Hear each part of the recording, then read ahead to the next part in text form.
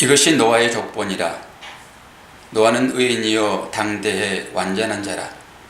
그는 하나님과 동행하였으며 세 아들을 낳았으니 셈과 함과 야벳이라. 그때 온 땅이 하나님 앞에 부패하여 포악함이 땅에 가득한지라. 하나님이 보신즉 땅이 부패하였으니 이는 땅에서 모든 혈육 있는 자의 행위가 부패함이었더라.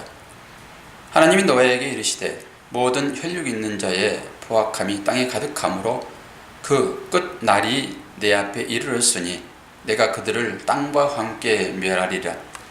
너는 고페르 나무로 너를 위하여 방주를 만들 때 그 안에 칸들을 막고 역청을 그 안팎에 칠하라.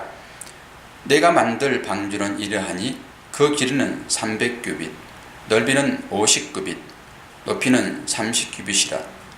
거기에 창을 내되 위에서부터 한 규빗을 내고 그 문은 옆으로 내고 상중하 3층으로 할지니라. 내가 홍수를 땅에 일으켜 무릇 생명의 기운이 있는 모든 육체를 천하에서 멸절하리니 땅에 있는 것들이 다 죽으리라.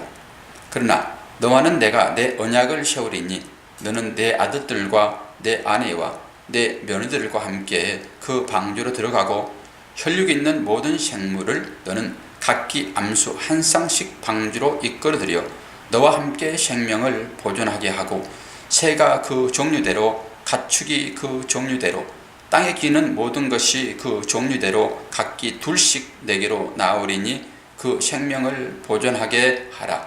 너는 먹을 모든 양식을 내게로 가져다가 저축하라.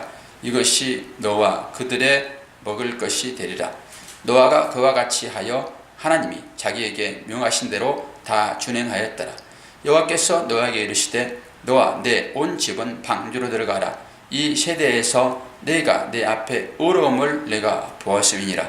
너는 모든 정결한 짐승은 암수 7씩 부족한 것은 암수 2씩을 내게로 데려오며 공중의 새도 암수 7씩을 데려와 그 씨를 온 지면에 유전하게 하라.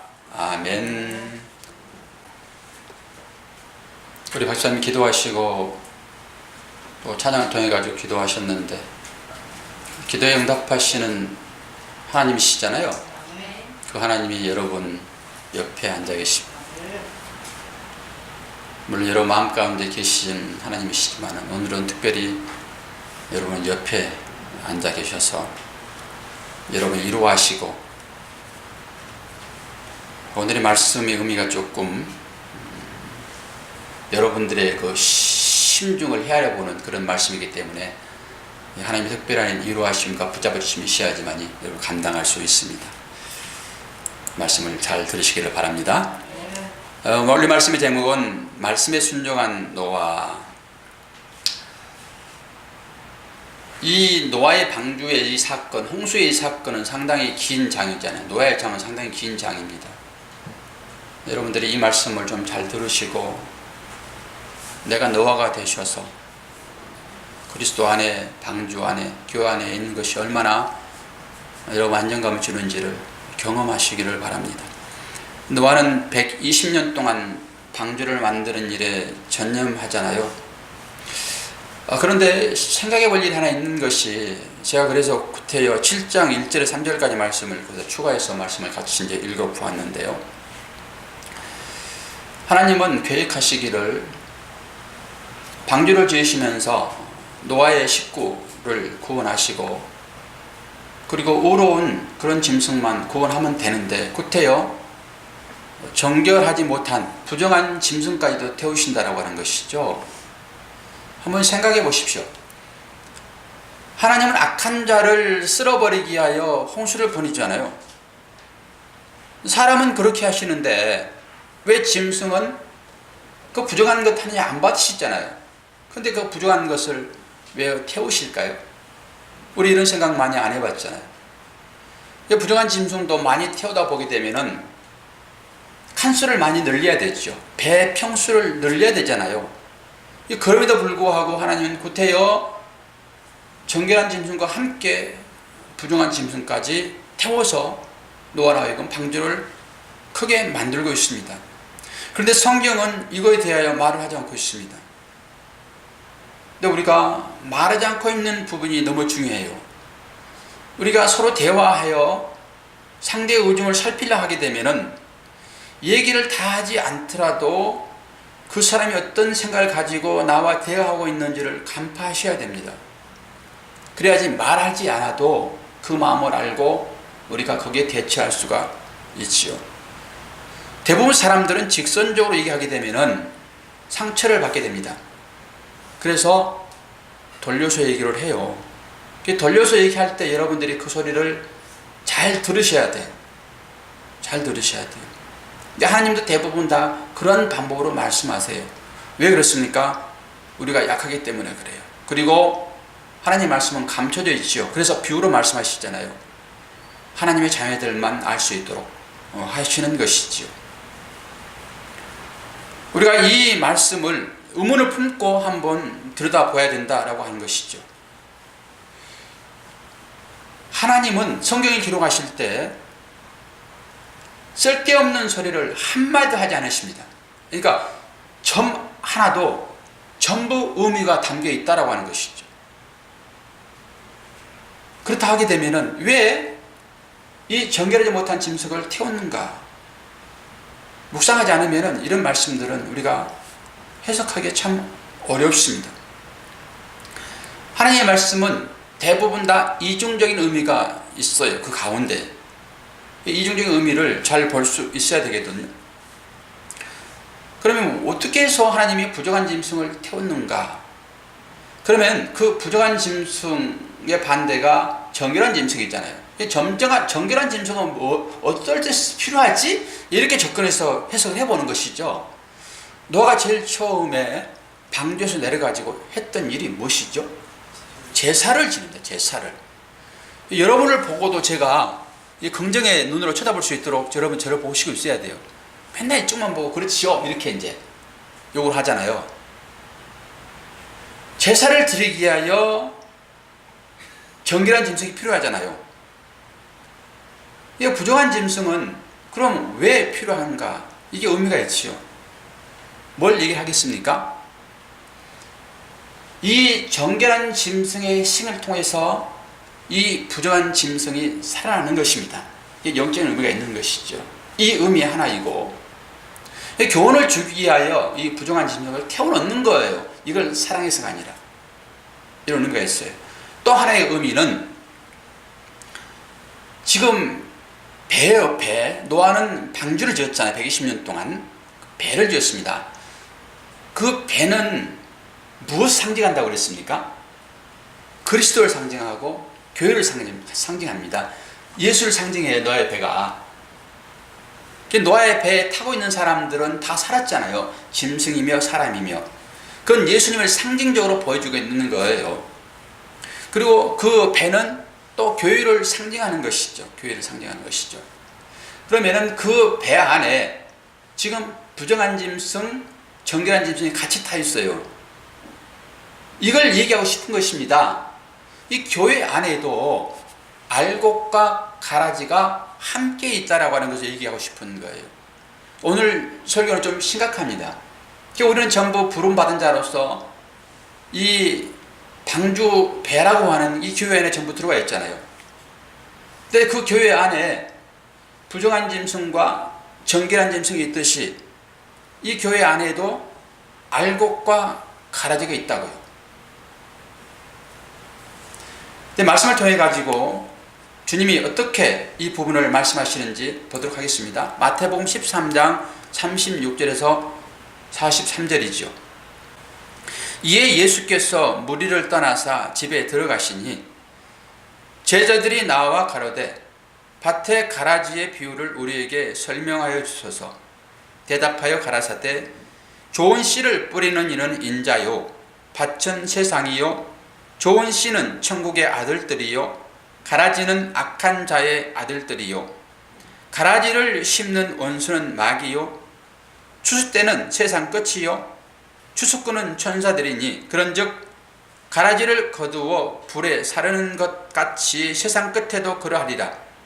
인자가 그 천사들을 보내리니 저희가 그 나라에서 모든 넘어지게 하는 것과 또 불법을 행하는 자들을 거두어내어 풀무불에 던져 넣으리니 거기서 울며 이를 갈미 있으리라. 그때 의인들은 자기 아버지 나라에서 해와 같이 빛나리라. 귀 있는 자는 들으라. 귀 있는 자는 들으라. 이 말이 계시록에만 있는 게 아니에요. 복음서도 있어요. 귀가 없어서 못 듣는 안타까움이 우리한테 있어서는 안 되겠죠. 우리는 전부 하나님께서 들을 귀, 즉 말씀을 들을 수 있도록 귀가 열린 상태예요. 이 귀 있는 자에 들으라, 이것은 너희들은 전부 이 말씀을 들을 수 있어, 이런 얘기입니다. 이 말씀을 잘 들으셔야 되겠죠. 뭐라고 얘기하고 있습니까? 교회 안에도 가라지가 있다라고 하는 것입니다. 그럼 혹시 내가 가라지? 이렇게 볼 수 있어야 되는 거예요. 마지막 설교가 끝나게 되면은 여러분 심각한 고민에 빠지게 될 수도 있습니다. 여러분의 믿음을 점검해 볼 수 있는 좋은 기회가 되어지죠. 이 설교자가 이런 설교를 하는 것은 상당히 부담스러워요. 왜 그럴까요? 자신을 점검하게 만드니까. 나는 당연히 유대인들처럼 구원받은 자 되었다고, 이것은 당연한 거라고 생각하고 있는데 말씀을 비춰서 나를 봤더니 혹시 내가 가라지가 아닌가? 이런 생각을 하기 때문에 그래요. 그런데 오늘 방주에 들어간 자가 어떤 사람이었습니까? 그 이름하여 노아입니다. 성은 노고 이름은 아지요. 우리 아이 중에 한 사람이 목사님은 성이 목이고 이름은 사님이라고 그러세요. 참 재미있는 발상이 있잖아요. 그러니까 저는 목사님, 저는 목시입니다. 이름은 사님이세요. 노아도 이제 그렇다 하게 되면은 성은 노요, 이름은 아예요. 노아가 어떤 뜻이 있습니까? 이름은 참 중요하지요. 짱구 해석 잘 했습니까? 잘 하셔야 돼요. 하나님께서는 이름을 줄 때 그 이름에 하나님의 뜻을 담았단 말입니다. 소망을 담았다, 이런 것이죠. 노아의 이름을 살펴보게 되면은 휴식, 안식, 이런 의미가 있어요. 다른 얘기로 배 안에 들어가 있어야지만이 온전한 안식이 이루어진다, 이런 거잖아요. 전부 상징적인 의미가 있어요. 하나님이 구원이 있게 되는데 그 구원은 노아의 방주를 통해서 있게 되는 것이고, 그 방주 안에 들어간 자만 구원을 받게 되는 것이고, 그 구원은 안식을 얘기하는 거예요. 안식. 그럼 어떤 자들이 그 안식에 들어갈 수 있느냐? 노아요. 노아. 자, 말씀을 통해 가지고 노아가 어떤 뜻인지 조명해 봐야 되겠죠. 창세기 5장 29절. 이름을 노아라 하여 이르되 여호와께서 땅을 저주하심으로 수고롭게 일하는 우리를 이 아들이 아니하리라 하였더라. 그러니까 노아의 이름은 뭐라고요? 아니.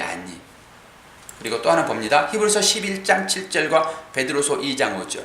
믿음으로 노아는 아직 보이지 않는 일에 경고하심을 받아 경외함으로 방주를 준비하여 그 집을 구원하였으니 이로 말미암아 세상을 정죄하고 믿음을 따르는 의의 상속자가 되었느니라. 옛 세상을 용서하지 아니하시고 오직 의를 전파하는 노아와 그 7 식구를 보존하시고 경건하지 아니한 자들의 세상에 홍수를 내리셨으며. 노아는 어떤 사람이라고요? 베드로서 2장 5절을 보니까 의를 전파했다, 복음 전파했다, 이런 것입니다. 노아는 지금 하고 있는 그 일 자체가 복음을 전파하는 삶이었어요. 그래서 복음을 전파하는 사람들을 하나님은 의로운 자라고 여겨주십니다. 그렇게 복음을 전파하는 자들은 의로운 사람이고, 그 의로운 사람은 안식에 참여할 수 있는 자격이 생기는 것이고, 그 사람들만이 방주에 들어갈 수 있다라고 하는 것이죠. 홍수로 모든 것들이 죽어가는데 방주에 들어가는 것이 참 안식이다, 이런 얘기를 하고 있는 것이죠. 그런데 그 안식은 무슨 노아의 수고로 주어지는 것입니까? 절대 그렇지 않습니다. 하나님께서 택하신 자들에게 불가항력적으로 주어지는 하나님의 은혜예요. 하나님의 은혜. 노아가 들어가 있는 방주에 우리가 식양을 잠깐 살펴볼 필요가 있지요. 노아의 방주는 몇 층으로 되어 있죠? 3층으로 되어 있어요. 3층. 사도 바울이 환상을 봤을 때 몇 천층을 봤습니까? 3천층을 봤습니다. 전부 연결되어 있습니다. 다른 얘기로 노아의 방주를 보게 되면은 거기에 하나님 나라를 볼 수 있다고요. 이 노아의 방주에 들어갔다라고 하는 것은 하나님 나라에 들어갔다는 것을 보여주고 있는 거예요. 그래서 굳이 3층을 만드는 거예요. 왜 4층은 만들면 안 됩니까? 5층은 만들면 안 됩니까? 5층까지 6층까지 에레베이터 없이 걸어다니잖아요. 7층부터는 그게 안 되더라고요. 6층은 못 집니까? 근데 굳이 3층으로 지은 것은 그걸 하나님의 나라가 바로 이곳이다, 그런 것을 설명해 주고 있다라고 하는 것이죠. 그런데 그 방주를 보게 되면은 문이 몇 개 있어요. 문이 한 개. 설명을 다 해주잖아요. 설교를 하면서 이 커뮤니케이션을 해야 되니까.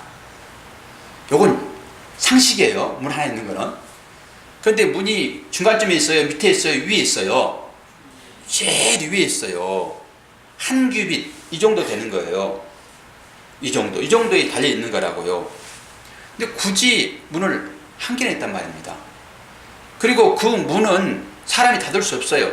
하나님이 닫는 거예요. 하나님이. 물론 짐승이 타고 너가 탈 때는 밑에가 문이 있었겠죠. 이 문 얘기하는 게 아니에요. 지금 하나님이 별도로 문 하나 냈는데 그 문은 맨 위에 있다고. 이게 상당히 큰 영적인 의미가 있습니다. 그래서 사람이 닫을 수도 없고, 그 문은 땅을 볼 수 있는 문이 아니에요. 땅을 보려고 그러면 밑에다 문을 냈겠죠. 그러나 굳이 하나님은 맨 위에 보라고 하는 것입니다. 그러니까 하나님의 나라에 사는 사람들, 즉 교회 안에 들어와 있는 사람들, 방주 안에 들어와 있는 사람들, 그 사람들은 뭘만 보라고요? 하나님의 나라만 보라고. 하나님 나라. 우리가 구원받은 자들이잖아요. 이 구원받은 자들의 그 삶이라고 하는 것은 땅의 것을 취하면 안 돼요. 거기에 마음을 두면 안 된다고요. 이 방주가 구원을 상징하는 것이니까 그 가운데서 문을 하나 만들어 놓고 그 문은 하늘 보라고 만들어 놓은 문이에요. 무슨 산소가 공급이 부족해서 거기다 문 하나 만들어 놓을까요?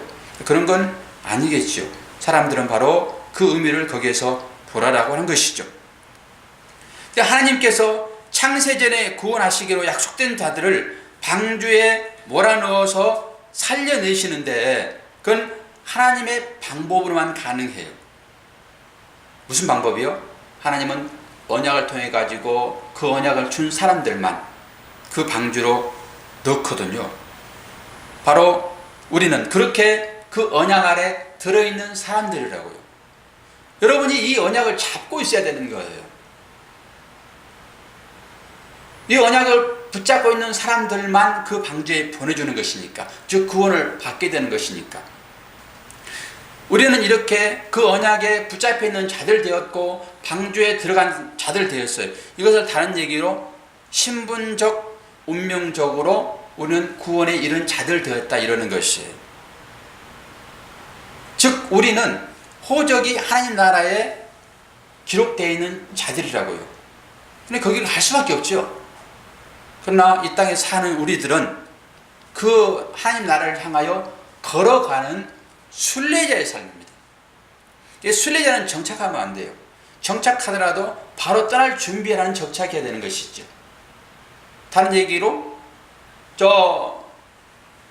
청동호 우리들이 철새들이잖아요. 그건 자기 살 어떤 터전을 향하여 늘 움직이는 새들이니까 잠시 철새들이 쉬기 위해 땅에 내려왔다가 여기 정착하면 안 되는 거예요. 힘을 얻기 위하여 곡식을 먹고 하여 힘을 저축하고 대장이 뜨자 그랬을 때 뜰 수 있어야 되는 거예요. 나는 여기가 좋사오니 라고 있어보면 절대 안 되는 거예요. 그러면 뭐가 되는 겁니까? 지볼이 되는 것이에요. 지볼이들은 다 잡혀먹죠. 우리가 대부분 다 지볼이 형태의 삶을 산다고요.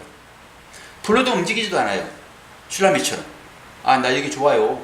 왜 자꾸 두들겨 귀찮게. 가끔 주님이 찾아오시죠. 피벨라 놓고 가시는 거예요. 그때마다 우리는 깜짝깜짝 놀라게 되는 거죠. 사실 우리의 그 삶의 실제는 운명적으로 신분적으로는 그렇게 되어 있지만은 방주에 들어간 자의 삶이 우리 가운데는 나오지 않는다라고 하는 것이죠. 왜 그래요? 왜 그런 삶이 나오지 않아요? 우리는 구원받은 자라고 있잖아요. 구원받은 자라고 하게 되면 방주에 들어가는 삶인데, 노아는 어떤 식으로 방주를 지었나요? 노아가 120년 동안 방주를 지었거든요. 120년 동안. 그러면 노아 가족들만 그 방주를 지었을까요? 그렇지 않았을 거라 생각이 되어지는 것입니다. 그리고 노아가 방주를 지을 때 사람들이 얼마나 노아에 대하여 비난했겠습니까? 그 당시에는 비가 오지 않을 때였습니다. 그러는데 홍수가 와가지고 이 세상에 다 물을 잠길 것이니까 배를 지어라. 이건 이해할 수 없는 거예요. 과학적으로 증명도 안 되는 것이고요. 그런데 노아는 말씀에 순종하여 그 배를 짓는 것입니다. 그러면 노아가 자기는 하나님의 직접적인 사인, 계시를 받았으니까 그렇게 방주를 짓는 것 이해하자고요. 그런데 노아의 가족 전체가 거기에 동원됐거든요. 지구로 말하게 되면 도저히 이해가 안 되는 것입니다. 아니, 부모의 인생은 부모의 인생인 것이고 자녀의 인생은 자녀의 인생인 것이지 왜 자녀의 인생까지 간섭하여 그 일을 하십니까? 이렇게 말할 수 있잖아요. 지금 이 시대가 그런 시대 아닙니까? 아유, 자녀는 자녀의 삶이 있고 부모는 부모의 삶이 있지 왜 자녀의 삶에 간섭하십니까? 우리가 서로 그런 식으로 얘기도 하고 나도 그렇게 얘기를 하죠. 이건 분명히 잘못되어 있습니다. 자녀가 무슨 땅에서 솟았습니까? 하늘에서 떨어졌습니까? 내가 여기에 있는 것이 그냥 내 혼자 천상천하 유아 독존입니까? 아닌 것이잖아요. 부모님에 의해서 제가 여기에 서 있는 것이고 우리 자녀도 우리 나를 인하여 또 아내를 인하여 그 서 있는 것이잖아요. 그러면 연결되어 있는 것입니다. 독자가 아니에요. 부모는 부모의 인생 사세요. 나는 우리 인생을 사겠습니다. 이건 말이 안 되는 것입니다. 그러나 이 시대가 많이 변했기 때문에 그 하나님께서 한 몸이라고 하는 그 사상이 완전히 깨진 상태에서의 삶이 지금 우리의 삶이에요. 여러분, 그런 말들은 쉽게 할 소리들은 아닌 것입니다. 노아를 보세요. 노아를. 다른 사람들도 그 얘기 할 수도 있을 것입니다. 노아는 자기가 하나님의 계시를 받았고 배에 타지 않게 되면 다 죽을 걸 아니까 자녀들이 불만 섞인 소리를 왜 안 했겠습니까? 그럼에도 불구하고 그 자녀들을 붙잡고 그 일을 했던 것이에요. 결국 그 부모의 말을 들었던 그 자녀들은 다 살았잖아요. 그런데 아버지가 하나님 계명 받았고 계시 받았지 나는 계명 받지 않았습니다. 계시 받지 않았습니다. 그리고 딴 길을 갔다 하게 되면은 아마 노아 부부만 그 배에 탔을 거라 생각이 되어지지 않겠습니까, 여러분? 여러 가지 의미를 이곳에서 우리는 해석해 볼 수 있지요. 노아의 삶이라고 하는 것은 바로 그런 삶에 따라고 하는 것입니다. 세상 사람들처럼 살아가지 않는 삶, 하나님만을 바라보며 살았던 노아의 삶, 이것이 현재 우리의 삶인가라고 하는 것이죠. 그걸 한번 봐야 되지 않겠습니까? 우리가 방주가 교회인 것이고 교회 안에 들어온 여러분은 구원받은 자의 삶이라고 가정한다 하게 되면 이것은 가정이 아니죠. 사실인 것이죠. 그렇게 하게 되면 여러분이 그 노아의 삶을 살고 있느냐라고 하는 것이죠. 우리 방주에 들어있는 자들의 삶, 즉 교회 안에 예배드린 자들의 삶이라고 하는 것은 우리 호적이 하나님 나라에 기록되어 있는 자들의 삶이라고 하는 것은 땅의 것을 추구하지 아니하고 노아의 방주에 그 하늘 거기에 창 하나 놓아 있듯이 하늘을 바라보고 살아야 될 사람들이다라고 하는 것입니다. 즉 세상의 시류에 휩쓸지 않는 삶의 방법이 바로 방주의 삶이라고 하는 것이죠. 방주 사건이 그냥 단순한 사건이 아니다라고 하는 것을 여러분 기억하셔야 됩니다. 하나님은 하나님의 언약을 분명하게 완성하고 말 것이다라고 하는 것이 이 방주 가운데 들어있는 언약이에요. 하나님은 오늘날 우리들에게도 똑같은 경고를 보내주고 있습니다.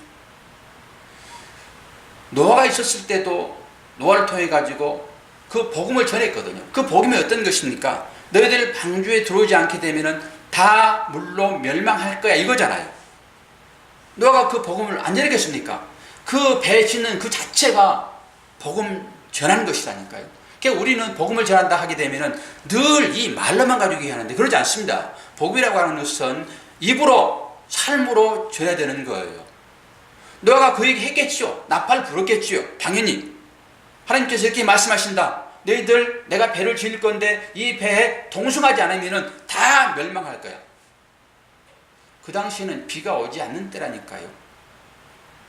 모든 환경이 그 이슬로 다 정작되어지는 그런 상황이었습니다. 이슬로. 그런데 무슨 비예요, 비. 노아가 그런 얘기를 하면서 실제로 노아는 삶 가운데서 배를 지었잖아요. 믿음의 삶을 사는 것입니다. 그러니까 이 언행일치의 삶이 우리한테 나와야 되는 거예요. 그게 복음 전하는 것이죠. 그 복음을 전하는 삶이 바로 의의 삶이었다라고 하는 것이지요. 노아는 그렇게 세상의 심판에 대하여 얘기했다고요. 이 시대도 노아의 시대와 똑같이 지금 그 하나님의 심판의 경고가 울려지고 있잖아요.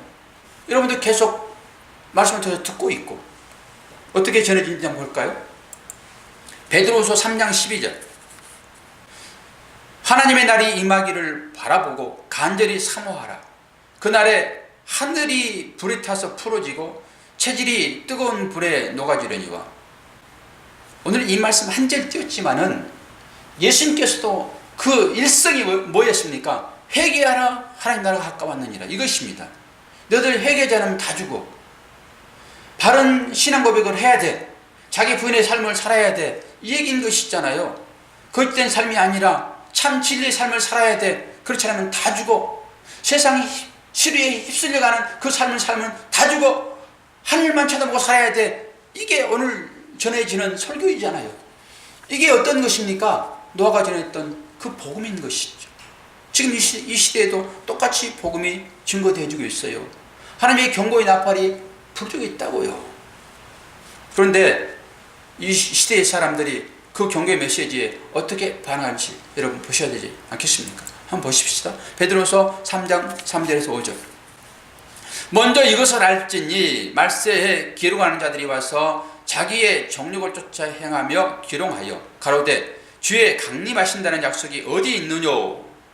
조상들이 잔 후로부터 만물이 처음 창조할 때와 같이 그냥 있다 하니 이는 하늘이 옛적부터 있는 것과 땅이 물에서 나와 물로 성립한 것도 하나님의 말씀으로 된 것을 저희가 불어 잊으러 함이로다.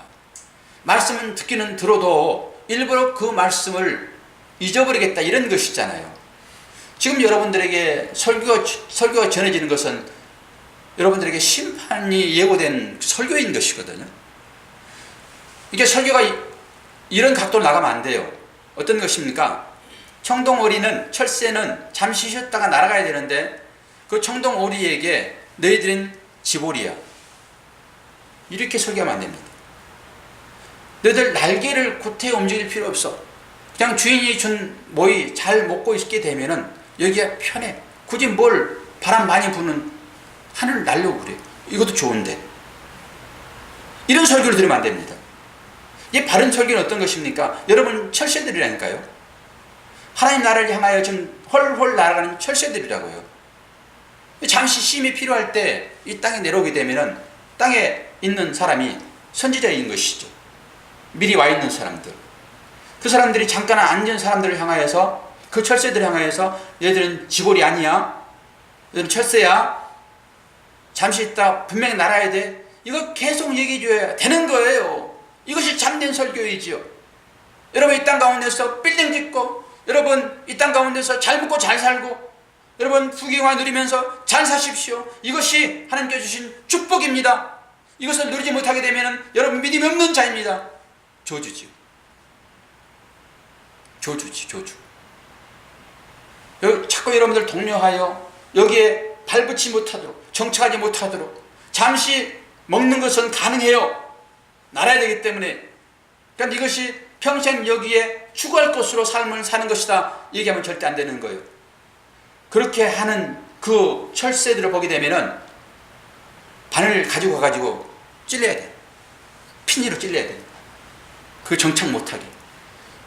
이게 설교를 듣게 되면 여러분들의 마음 가운데 가끔 그런 따끔따끔함 있어야 되는 거예요. 그래서 자각을 하지요. 아, 그렇지. 나는 철새인 것이지 여기에 둥지 틀면 안 되지. 알 낳고 새끼 낳고 해가지고 영원히 그런 삶을 살면 안 되지. 이게 여러분 설교라니까요. 노아의 방주 사건을 통해가지고 창세기 공부한 여러분들은 이런 설교를 잘 들으시고 삶 가운데서 가끔 침 가지고 찾아오시는 그 하나님을 보셔야 된다고요. 지금 이 시대에도 계속 그런 메시지가 전해지고 있다라고 하는 것이죠. 오늘날 우리 성도들이 온전한 자, 의로운 자가 되어 방주에 들어갈 길, 그 길은 오직 예수 그리스도의 길밖에 없습니다. 노아를 어떤 사람이라고 성경은 얘기하고 있습니까? 의로운 자라고 하고 있고 당세의 온전한 자라고 얘기합니다.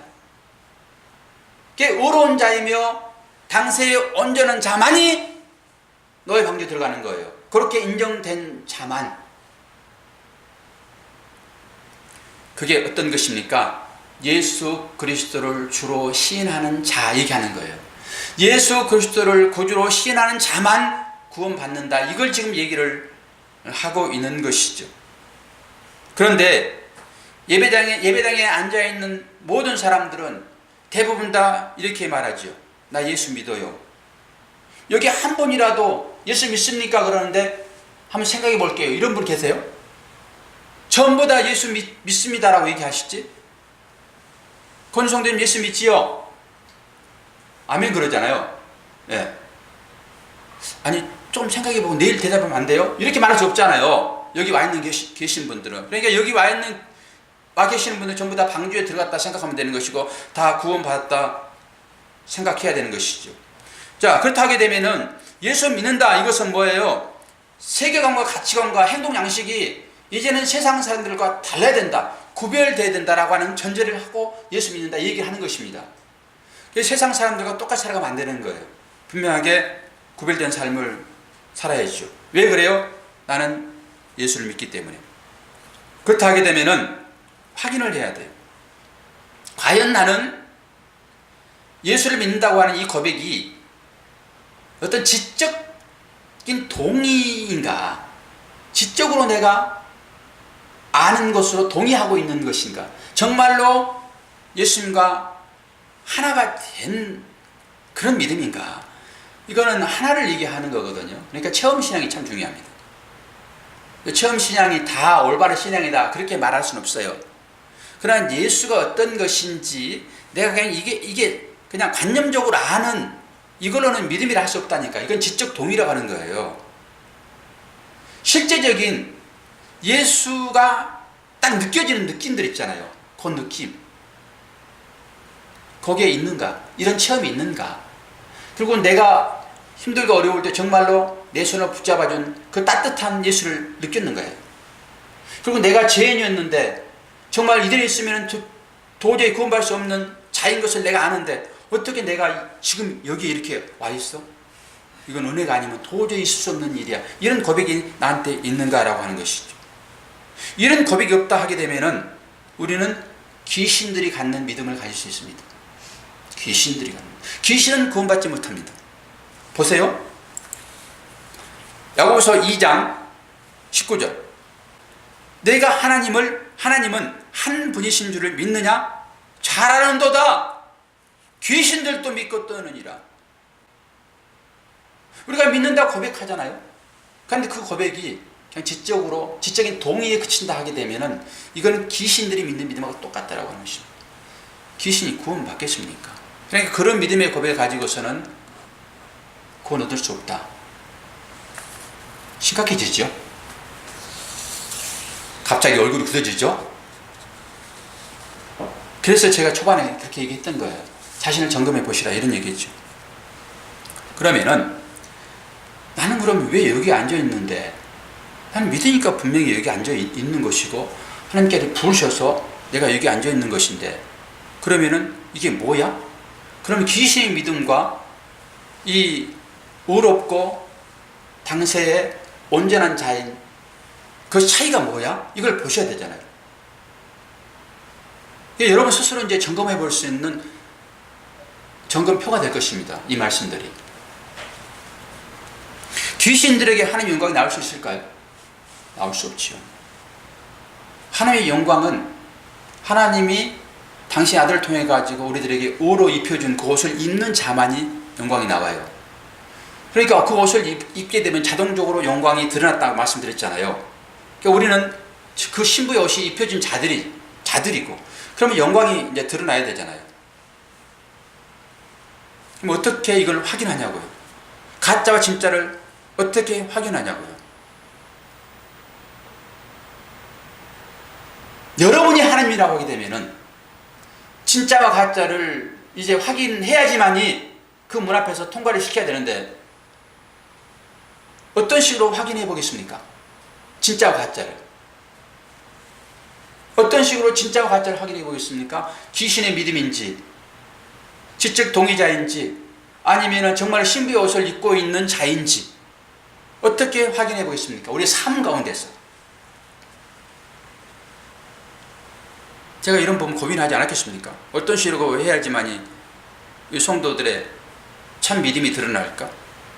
다 구원받았다고 이 방주에 들어와 있는 우리들, 교회 와 있는 자체가 그런 신앙 고백이 있는 자들만 오는 것이니까, 그럼 구분을 해야 되잖아요. 왜 구분해야 됩니까? 교회 안에 뭐 있다 했습니까? 가라지 있다 했죠. 가라지. 그럼 내가 알고 본지 가라지인지가 어떻게 구분되어져요? 조금 생각할 수 있는 시간을 드리겠습니다. 정답 외치시게 되면은 그 정답 드리고 말씀 한 구절 읽고 예배 끝내겠습니다. 설교. 어떤 식으로 여러분 진짜와 가짜를 구분하겠습니까? 여러분 스스로도 한번 생각해 보셔야 되잖아요. 나는 진짜인가? 교회 안에 다 구원받은 자가 들어온 게 아니라, 아니 방주 안에 다 들어가 있는데 정결한 지심은 들어갔었잖아요. 부정한 지심은 탔잖아요. 그 영적인 의미 두 가지를 해석했잖아요. 그러면서 교회 안에 가라지 말고 분명하게 얘기를 했고 대조해 가면서, 그럼 우리는 다 구원받은 자라고 지금까지 살았는데, 문집사님 지금까지 나는 구원받은 자라고 여기까지 지금까지 왔는데, 오늘 말씀 들어보니까 방주 안에도 부정한 짐승이 있었고 교회 안에도 가라지 있는데, 그럼 나는 알고 기어 가라지요 뭘로 증명하냐고요? 뭐겠습니까? 고난이죠. 그래서 하나님이 고난을 줘보는 거예요. 그 고난에 어떻게 반응하는지. 절대 귀신들은요 바로 도망갑니다. 그러니까 이 말씀이 그 신분을 확인하려고 말씀이 주어지잖아요. 여러분 고난하게 되면은 무슨 자꾸 육적인 그런 것만 생각하지 마세요. 뭐 사업에 실패하고 내가 망하고 내가 병들고 이런 것만 생각하지 마세요. 그것은 하나의 증상들이에요. 죽음의 증상들. 성경에서 얘기하니까 맨날 그런 보이는 쪽에만 생각하니까 그 죽음을 가는 증상들이죠. 그런 것들이 실제 아니잖아요. 예, 그걸 통해서 말씀하고 싶은 거예요. 하나님은 다른 방법으로 이게 안 되니까. 어떨 때 내 부인이 일어납니까? 어떨 때 힘들고 어려울 때 내 부인이 일어나는 거 있잖아요. 좋을 때 뭐 다 좋은데, 자기 부인이 일어나려고 그러면 뭐가 필요해요? 그때 고난을 줘보는 거예요. 그때 고난을. 그럼 그 고난에 내가 어떻게 반응하는지가 진짜 가짜가 구분된다니까요. 여러분 스스로 한번 판단해 보세요. 과연 나는 지금 여기 와 있는데 나는 가라지인가 알곡인가, 지적 동의자인가, 진짜 믿고 와 있는 사람인가, 스스로 판단해 보세요. 저는 여러분들을 구분할 방법이 전혀 없습니다. 하나님만이 아신다고요. 이 하나님이 왜 이런 말씀을 이 시간에 여러분들에게 주겠어요? 나는 너를 내 아들을 통하여 살려냈는데 아직도 그 의미를 깨닫지 못하니, 이걸 지금 강조하고 있는 거잖아요. 너는 구원받은 자야. 너는 지보리가 아니고 너는 날아갈 자라니까. 그러면서 계속 들고 흔드는 거예요. 제발 정신 좀 차려. 네 사람을 봐, 너를 봐, 네 삶을 봐. 지금까지 내가 너를 인도했는데 아직도 그걸 깨닫지 못하고 있어. 이걸 얘기해 주고 싶은 게 하나님은 신앙의 삶이라는 것은 어떤 것이라고요? 하나님의 뜻에 따라 사는 거예요. 노아가 그 말씀에 순종하여 자기 생각 다 내려놓고 120년 동안 방주를 지었잖아요. 이 삶이 우리의 삶에 된다. 이것을 지금 하나님이 강조하고 싶은 것이죠. 장식을 통해 가지고. 그러니까 여러분 전부 다 구원받은 자들이세요. 여러분들이 여러분 처지를 아셔야 되죠. 왜 구원받은 자가 위에 하나님의 나라를 생각하며 살아야 되는데 왜 그 지보리처럼 그렇게 살고 있냐? 이 안타까운 마음이 하나님의 마음이라니까요. 그래서 여러분들을 깨우시는 거예요. 그래서 가끔 힘들고 다니면서 가끔 찌르는 것이 우리의 삶 가운데 여러 가지 어려움들이에요. 그걸 볼 수 있어야 돼요. 지난주 설교했잖아요. 저는 제 설교를 들으면서 제가 막 은혜를 받는다니까요. 근데 제 아들도 그런 고백을 했더라고요. 너를 만들어 놓고 들으면서 치유를 경험한대. 어떻게 그 아버지가 그 아들이냐? 그런 거예요. 하나님이 찾아오셔서 여러분 가끔 침 가지고 이럴 때 여러분이 하나님, 신방 꾸미시려고요? 이런 얘기 고백 나오셔야 되잖아요. 지난 설교 여러분 한 번씩 안 들어보셨나요? 고난 찾아오게 되면은 아들됨에 대한 확인이니까, 신부되게 되기 위한 확인이니까, 하나님, 그래요, 맞아요, 전 신부이죠. 신방 꾸미시려고 그러시는 거죠. 그렇게 좀 고백하시라고요. 그렇게 당연히 해야 할 일인데 그걸 하지 않으니까 이렇게 이 부족한 목사를 통해 가지고 목숨을 독하게 하시니 하나님. 골로새서 3장 1절 3절 말씀 하나 읽어드리고 설교를 마치겠습니다. 그러므로 너희가 그리스도와 함께 다시 살리심을 받았으면 위의 것을 찾으라. 거기는 그리스도께서 하나님 우편에 앉아 계시느니라. 위의 것을 생각하고 땅의 것을 생각지 말라. 이는 너희가 죽었고 너희 생명이 그리스도와 함께 하나님 안에 감추었음이니라. 아멘. 하나님 아버지, 말씀에 순종하여 방주 안에 들어가 하나님과 영원한 생명을 얻었던 노아의 사건을 통하여서 또한 우리들도 어떻게 하는 것이 바른 삶인지, 믿음의 삶인지 생각해 보았습니다. 하나님 나라의 주소를 두고 사는 우리들이 이 땅 것에 마음 뺏겨 살지 말게 도와주시고, 비록 몸은 여기에 있지만은 우리의 추구하는 방향점은 하나님을 향하여 노아의 방주에 창이 위에 하나 있는 것처럼 하나님 나라의 소망 두고 살아감으로 그 주님과 영원한 삶의 소망이 우리 가운데 오늘 이 말씀을 통하여 다시 한번 확인될 수 있도록 은혜 베풀어 주시옵소서. 예수 그리스도의 이름으로 기도하옵나이다. 아멘.